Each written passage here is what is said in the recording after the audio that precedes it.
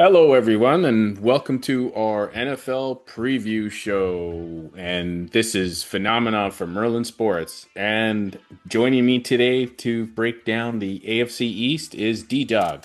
How are you doing, my friend? Doing well, my friend. How you doing, man? Can't believe football season's almost upon us. Also, that Yeah. means the summer's close to an end. But I'm really excited about football again. I've missed it. Oh yeah, football is like, yeah, we're here for the sprint known as the NFL season, where every game means something week to week, and always a lot of excitement and optimism heading in. So we're gonna start with the AFC East, and we're gonna run down. So the way we're gonna do this is we're gonna run down team by team. We're gonna give our analysis on the team and how we think they're gonna do this season. And then we're going to kind of rank or position the standings for that division, including which teams will make the playoffs. So we're going to start with the AFC East, like I said, and I'll just going to try. I'm just going to run them down in the order that they finished last season, and then that'll kind of we'll start from the bottom, work our way up. So last year, AFC East, Buffalo Bills, of course, won the division with a 13-4 record. Miami finished second. The Dolphins were 8-9. The New York Jets finished third at 5-12, and New England Patriots rounded up the bottom with a 4-13 record. So why don't we start with the New England Patriots? And of course, their bright spot was at quarterback last year. Drake May had a pretty good year, all things considered, and also New England gets a new head coach as well to start the year. So there's some optimism in New England, and how do you think New England is going to fare this year? I mean, I think they'll be better than last year. I think last year was a complete disaster. Besides the fact that they got Drake May, he actually showed some promise toward the end of the season. But I mean, I don't think they're contending for the top of the AFC East for sure. Um, you know that they just don't have enough talent. And it takes a long time to rebuild. I think New England fans have been spoiled for years with what they had with Belichick and Brady, but that time is gone. They did bring in some weapons for Drake May and Stephon Diggs. He's still a very good receiver, even though he's got a bit of chip on his shoulder all the time that he thinks he's better than he actually is. And I like the drafting that they did. They picked up some pretty good players in the draft. Will Campbell is a very very good offensive lineman, and Hmm. Tavion Henderson from Ohio State's a hell of a running back. He's got breakaway speed, so it'll be interesting. But and with Vrabel, I mean Vrabel is one of the top coaches in the NFL. I mean, you can say what you want about him, but he was there in Tennessee for a long time. And now in New England, I think he's going to be good, but I think it's going to take a couple years to build back that talent that they had all those years with Brady and Belichick. So I see them probably. I don't think they'll finish last.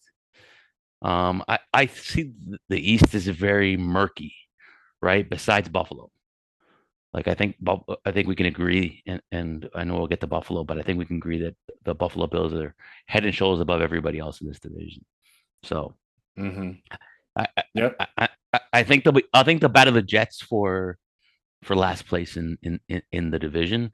And when we get to the Jets preview, I won't pick where New England's going to finish right now, but uh, they're going to battle the Jets for last place.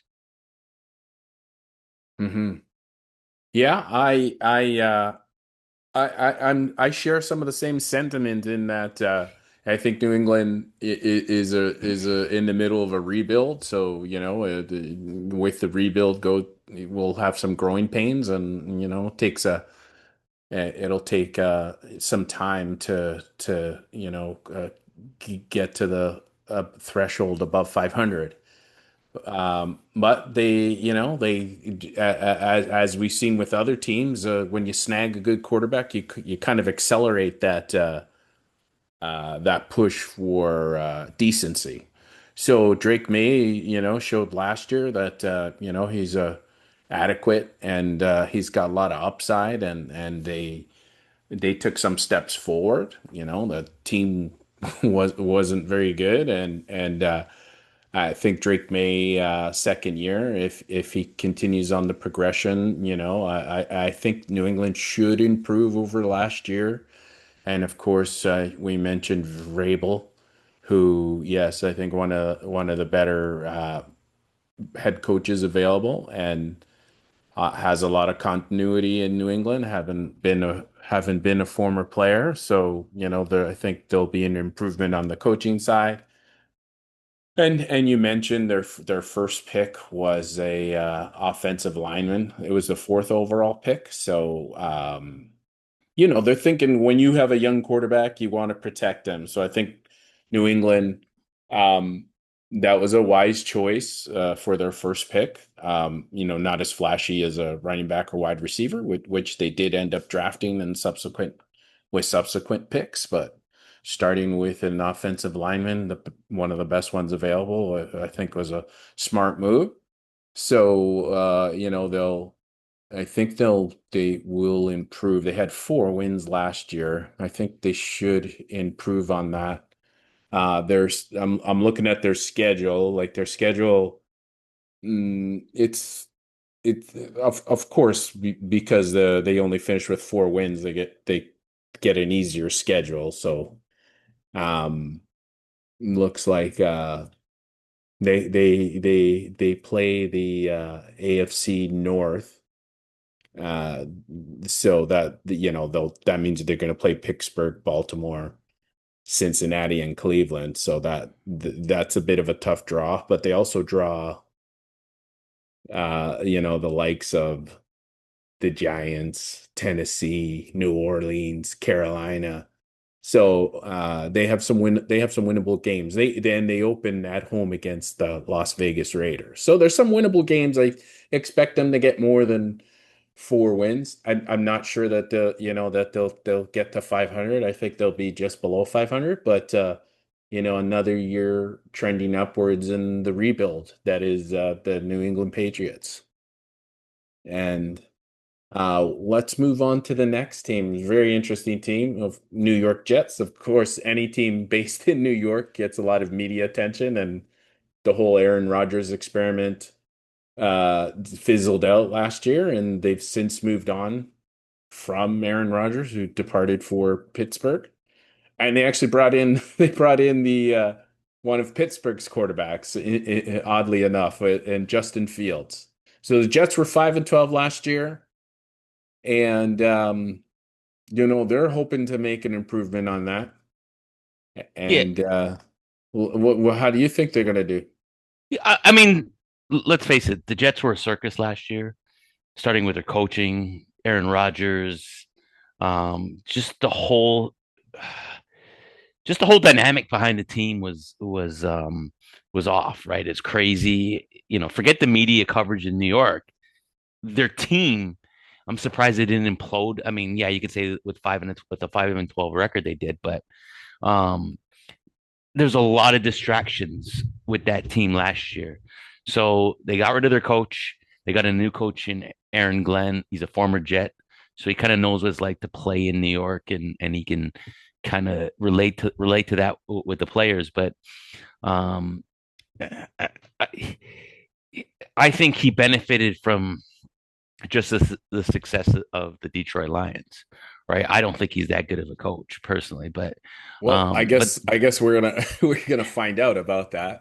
right, Yeah. but if you look at that and you look at that that outlook, right? Do you say that Aaron Rodgers was the problem because he created so much of a distraction, and with him gone, this team is going to be better? They got some good young talent. I mean, their defense is going to be still solid. They've always had a good defense, even when they don't have a great offense, and they've hadn't had a great offense. They thought by bringing in Aaron Rodgers that would help their offense, but they haven't been able to help their offense. I think their defense has slipped a little bit. Also, when your defense is on the field a long time, it doesn't help, right? So, but I think their defense has slipped a little bit in terms of being the elite. They still have some good players on it, obviously like Sauce Gardner, but um, right. But I don't see them again.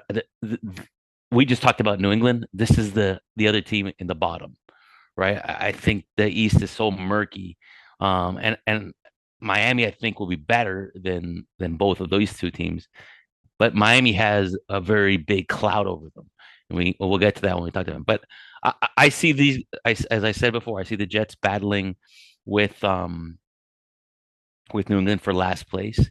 Uh, I don't know about Justin Fields. I think you talk about having a great quarterback or a good quarterback. Justin Fields in college is a fantastic quarterback.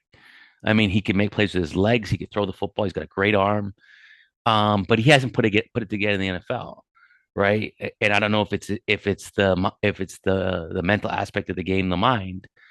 He's shown flashes, but Pittsburgh wasn't really world beaters in offense last year with him.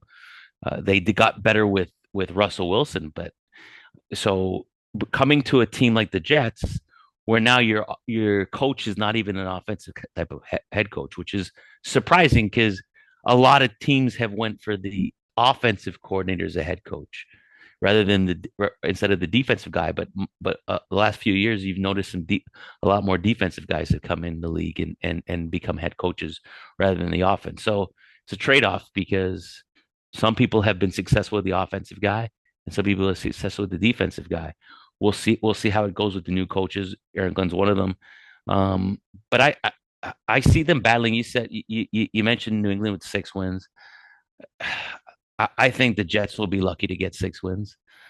I probably see them as a 4-13 team, right? I just don't see them as I don't see them having enough points to score to win games, and I don't think their defense is as strong as it was 2-3 years ago. So that's where, yeah, I see them.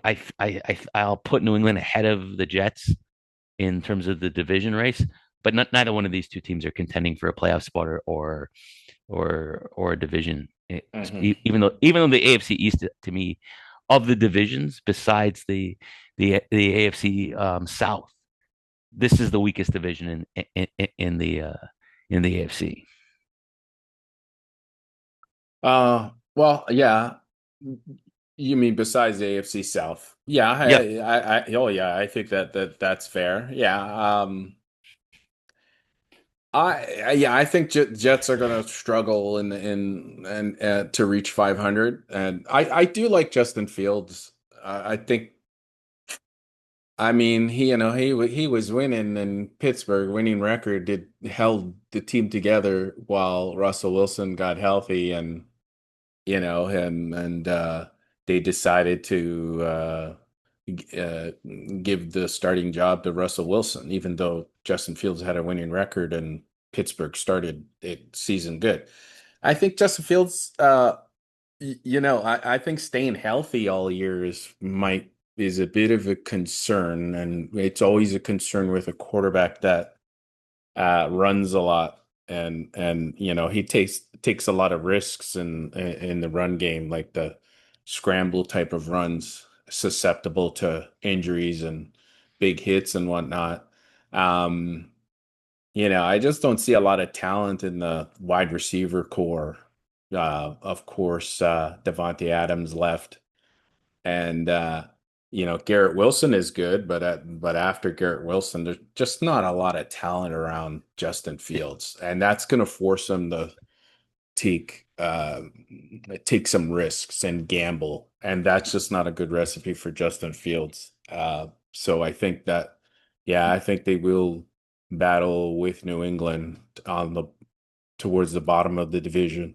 They have a similar schedule with New England in terms of they drew the NFC South division,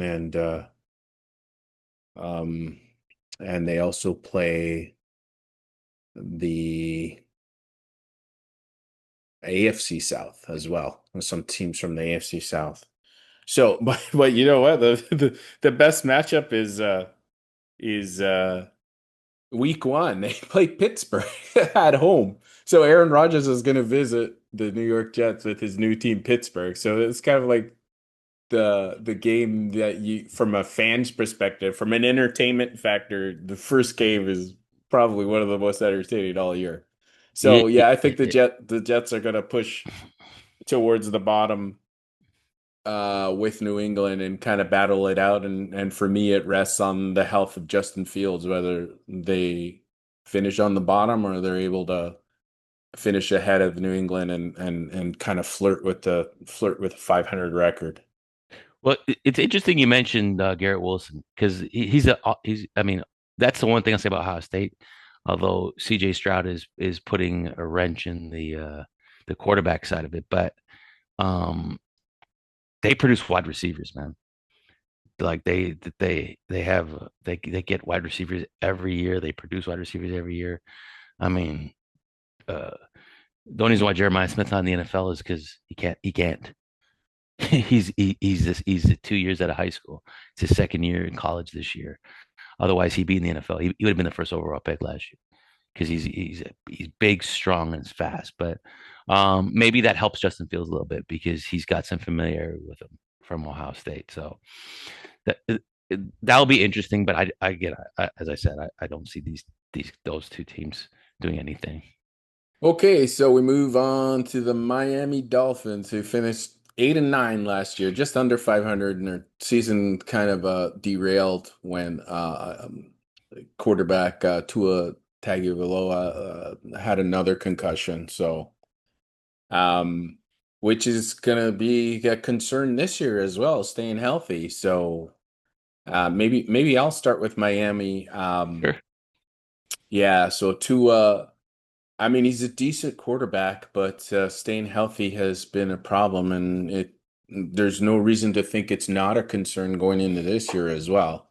And what's even more concerning is the second string quarterback is Zach Wilson, formerly of the New York Jets. So I would not be that confident in Zach Wilson because at some point Tua is not going to play all 17 games this year.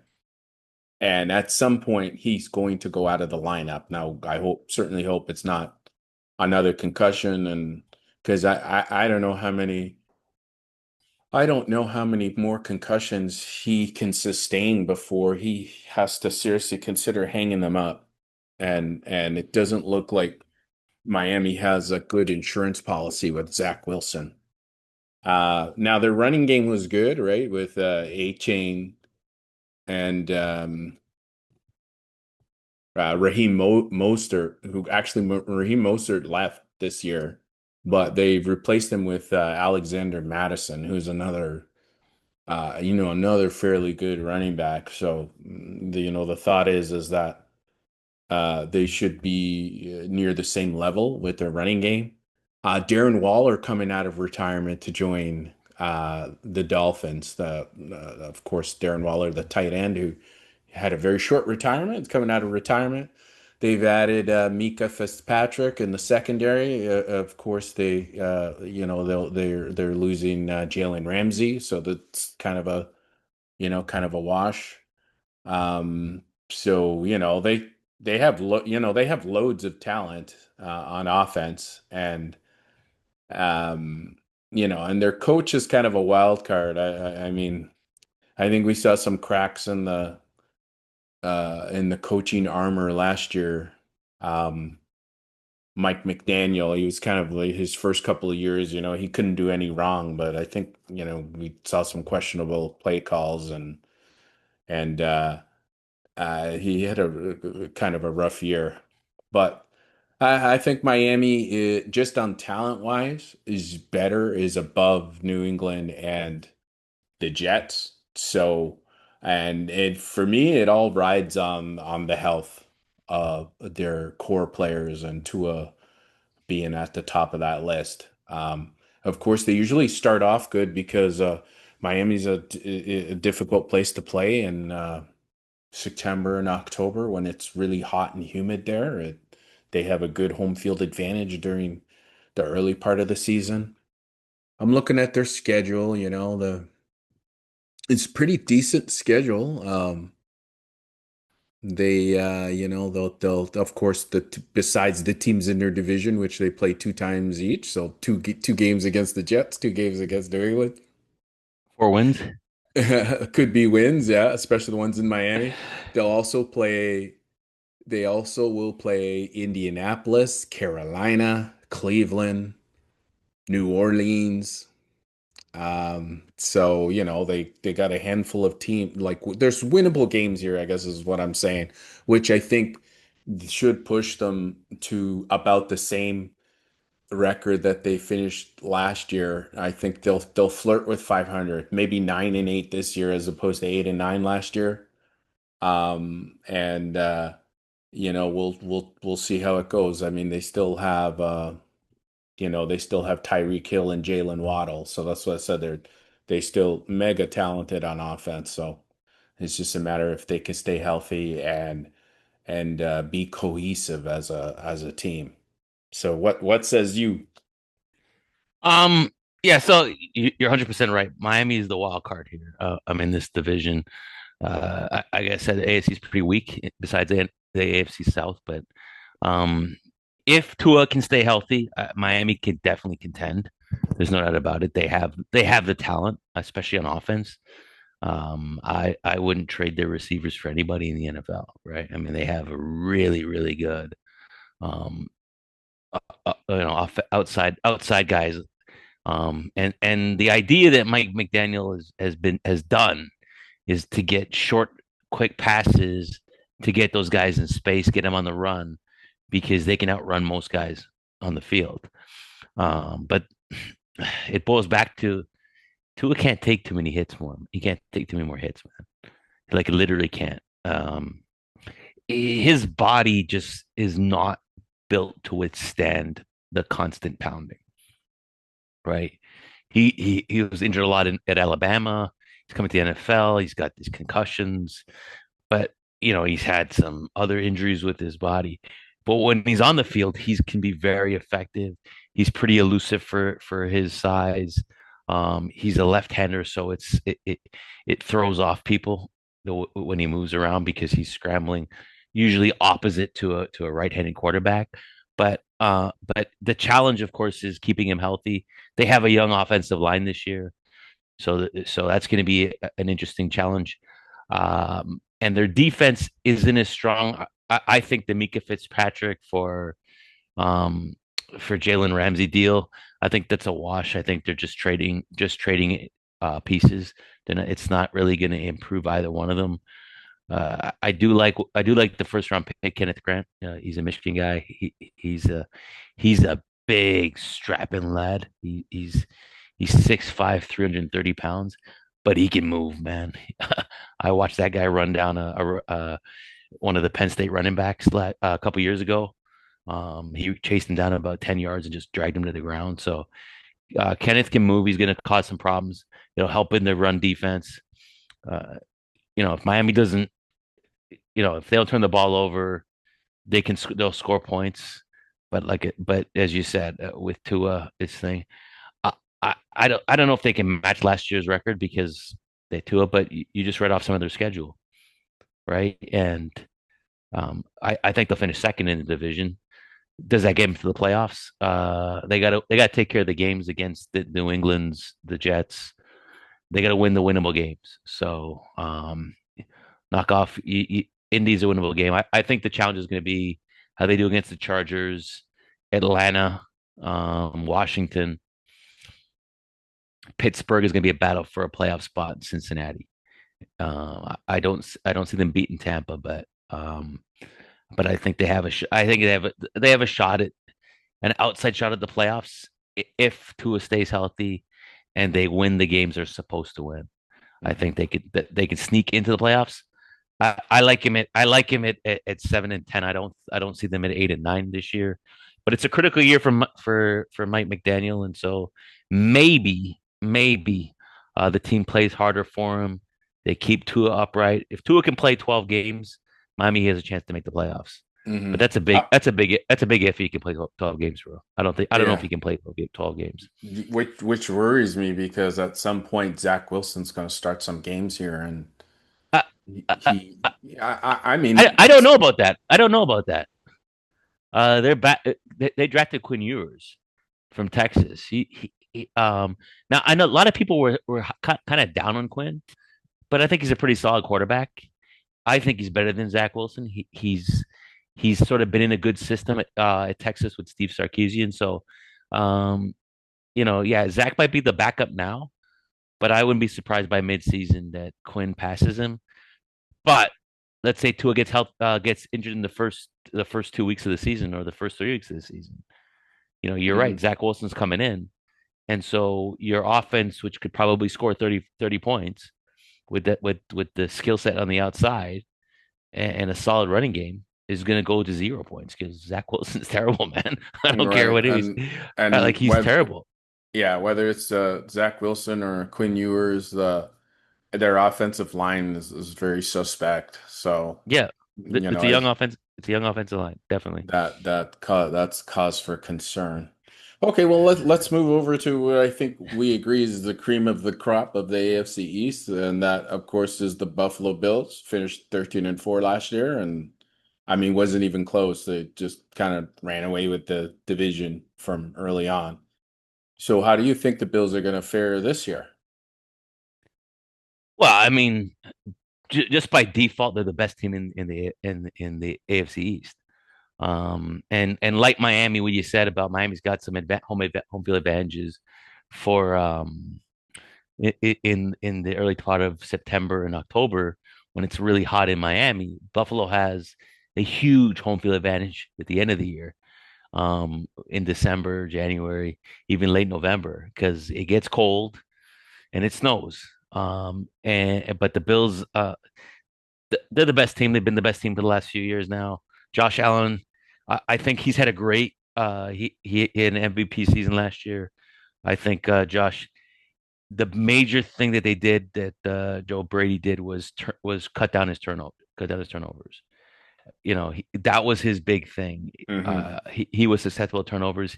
He really cut them down last year, which really helped the team, but also helped him and the offense stay consistent. Um, they just signed James Cook today, which is huge for them because if he didn't get signed, I would have been a distraction. That's not going to be pretty for them.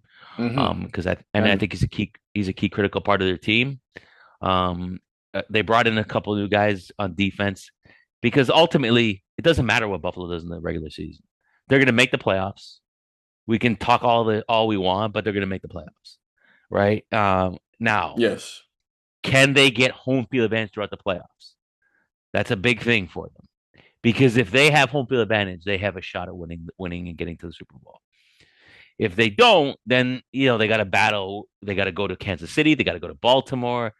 Maybe they have to go to Denver, right? Or maybe you have to go to not San Diego, Los Angeles for the Chargers, right? There's so many factors there if they don't win their division outright. But they all have a shot. I see them going. I see them at least matching their record last year. Uh, 15 wins is hard.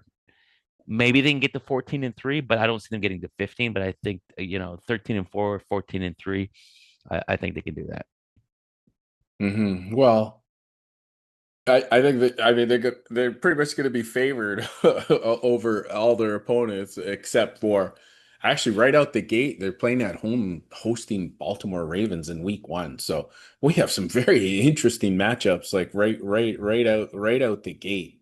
And this one is would probably be one of their toughest matchups all year. I'm looking at their schedule. I think they play Kansas City, who, of course, they developed a rivalry with, so that that's going to be very interesting. They play Philly this year too, so late like week 17, late in the year. So that's going to be a really good matchup. And Pittsburgh and Cincinnati they play, so we see how they measure up against um the AFC North. So but they'll be favored in all those games. Perhaps um Let's this not first game. might be one of the toughest out the gate.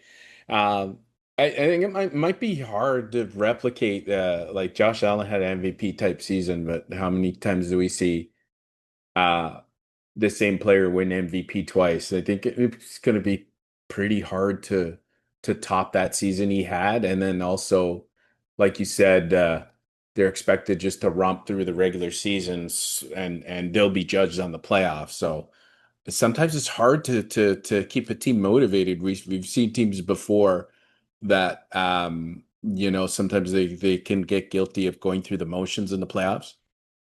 Sorry, in the regular season. So I'm not sure on that. I think yeah, James re-signing James Cook was a must because they really didn't have an in-house replacement for him to the same level or even anywhere close to James Cook.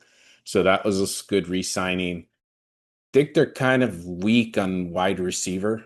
Shakir and Coleman, they're serviceable and they got talent. Their tight ends are pretty talented, but Coleman's um, dangerous, man.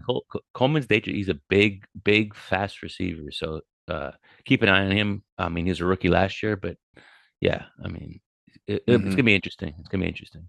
right. And just I don't know. I see those receivers as serviceable, but I don't see them as dynamic, which sometimes like it might be might be tempting for Josh Allen to take the game on his shoulders, which he's totally capable of. But I mean, you kind of don't want to see him take too many hits, so you need to be careful how much Josh Allen is gonna go outside the pocket and run, and that kind of concerns me. They bring in Joey Bosa. Let's see how much he has left in the tank. They bring in Tre'Davious White in the secondary. So, those are they're good additions. We'll see how it works out. But they're definitely the cream of the crop in the AFC East, and they should have no problem topping double-digit wins. So I guess what are we saying here? Who's going to win the division, and who else, if any, do you see making the playoffs from the AFC? So give us your playoff predictions. Playoffs? Don't talk about it. Playoffs? You kidding me? Okay, so from the AFC East, obviously I said Buffalo, and I think we both agreed on that. But Buffalo wins the division. They win the division. Let's go with the same record, 13-4. Um, Miami has an outside shot, but I'm leaning more towards they won't make the playoffs.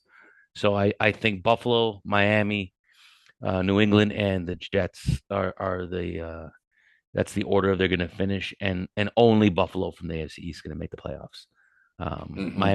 Miami might scrap for a wild card, but they're not winning the division, and so they'll have to win the games that the must win games just to, I think, to stay in it and have a chance of winning. But I have them going 7-10. Okay. So I too will take the Bills. I mean, it's not like we're standing on a ledge. I think it's consensus. How pretty much would be, ask all the pundits. It's pretty Yeah. much consensus. Bills are going to take this division. It's just a matter how many wins and if they can make a push for the number one seed. So I think they'll be knocking on the door of 13-4 like last year and be pushing and be in a battle for that number one seed. I like Miami to finish second and very similar record to last year, 8-9. I think around that. I do not think they will make the playoffs. And then Jets and Patriots bring up the rear. I like the Jets to finish slightly ahead of the Patriots. So I got Bills, Dolphins, Jets, and Patriots, which is actually how they finished in the standings last year. And only the Bills will make the playoffs as the division winner. Okay, well, Agreed. thanks, D-Dog. That does it for the AFC East. And stay tuned for our next preview show. Thanks, D-Dog. Thank you.